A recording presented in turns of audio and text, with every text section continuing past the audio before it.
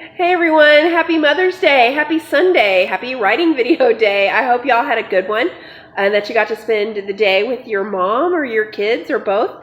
Let's not waste any time. Let's get right into this, our 6th video. And today what we're going to talk about is character names. Now you might think that, what do you need writing tips around character names for, right? It's pretty straightforward. I've found that it actually is harder than you think for, and I usually end up changing character names 2 or 3 times over the course of a story, so I thought it might be worthwhile to kind of put some tips together around it, maybe just advice on where to look for character names, things to avoid in character names, and how inspiration can come from anywhere. So that's what we're going to talk about today, and let's get right into it. So one of the first things I want to talk to you about today is to make sure that your character names make sense in the context of your story.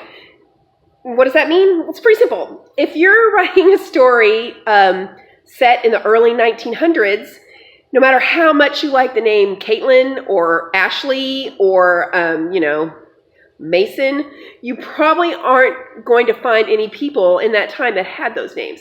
So you need to make sure that the names that you choose have that are historically accurate. You don't want to use something that doesn't make sense in your story just because you like the name. You also want to keep it in context for within the family. Like me and my siblings, we all have pretty common names. So if one of us had some weird out there name, it would be like, what were my parents thinking at that point in time, right? So you want that for your characters too. You want them to have names that kind of hang together and make sense. So if they're all weird, that's great. If they're all common, that's all great. Maybe they have something thematically that ties them together. Maybe they're all named after flowers, or maybe they're all named after motorcycles. I don't know. But there's a reason that they all are grouped together and they hang together in a way that makes sense and tells a little story within a story. So that's something that you want to try to do too. One thing you want to avoid with character names is to make sure that too many of them don't start with the same letter. You don't want to have a Mike, Madison, Molly, and Matt all in the same story, because it's going to be really hard for your readers to keep track of them, to know which one's which, and to keep kind of their role in the story straight, especially in the beginning. It just gets kind of annoying. So I think, 1 or 2 is okay, but you don't want to have a whole bunch of major characters with names that sound alike. It goes the same for if they just sound alike. It's not just if their letters start the same. Like, you don't want to have a John, Sean, and Yvonne all be like main characters in the same thing, because that's going to drive your reader crazy. So just try to avoid that. Kind of say them out loud, say them together. See if it's too kind of cloying to have them that way. Now, we're going to talk about now ways to name your characters, things that you can use as inspiration. A lot of people, myself included, use people in our real lives as the inspiration for our characters. And, that's okay. There's nothing wrong with that. But you have to be willing, if you name a character after someone you know, to let that character do bad things if they have to, or to let bad things happen to that character. And that can be hard. I had a character named after one of my really good friends, and that character kind of looked like her, acted like her, had some of her same hobbies. And unfortunately, as the story kind of unfolded, it became clear to me that character not only had to die, that character had to be murdered. And that's like bad juju. I did not want that kind of... I didn't want to kill a character named after my best friend, right? So I had to change the name of the character. I had to change some of her characteristics so she no longer resembled her so much. So that's something to keep in mind. It's okay if it's like a peripheral character. I don't think it matters at all. It's a nice little shout out and kind of a gift to your friends to have a character, or family to have a character named after them. But try to avoid it for major characters if those characters are going to do things that are contrary to who your friend is, and you don't want to put that out there. So keep that in mind. Another place that people look for inspiration for names a lot, myself included, are biblical names, because they have a lot of meaning behind them, and people kind of have strong associations with them. That's good and bad, because those are great, strong names that you can find in the Bible, but there's also contradictory things you don't want to do. Like, you don't want to have an impatient Job.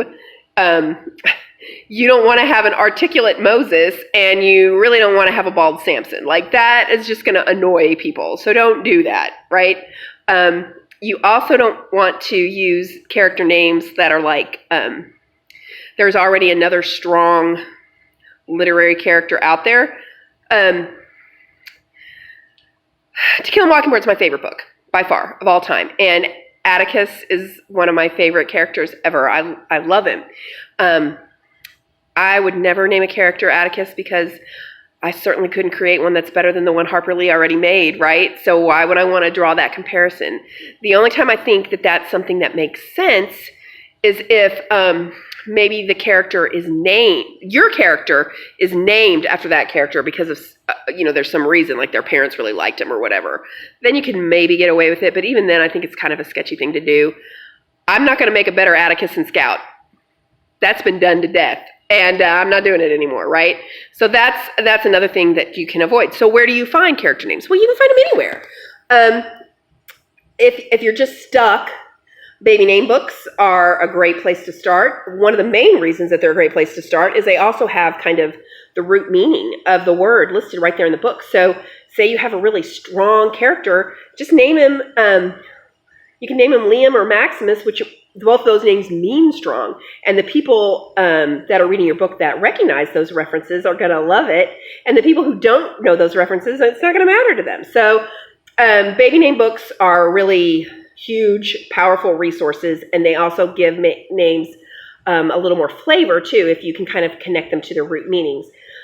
I want to give you just another really quick example that tells you can find names anywhere.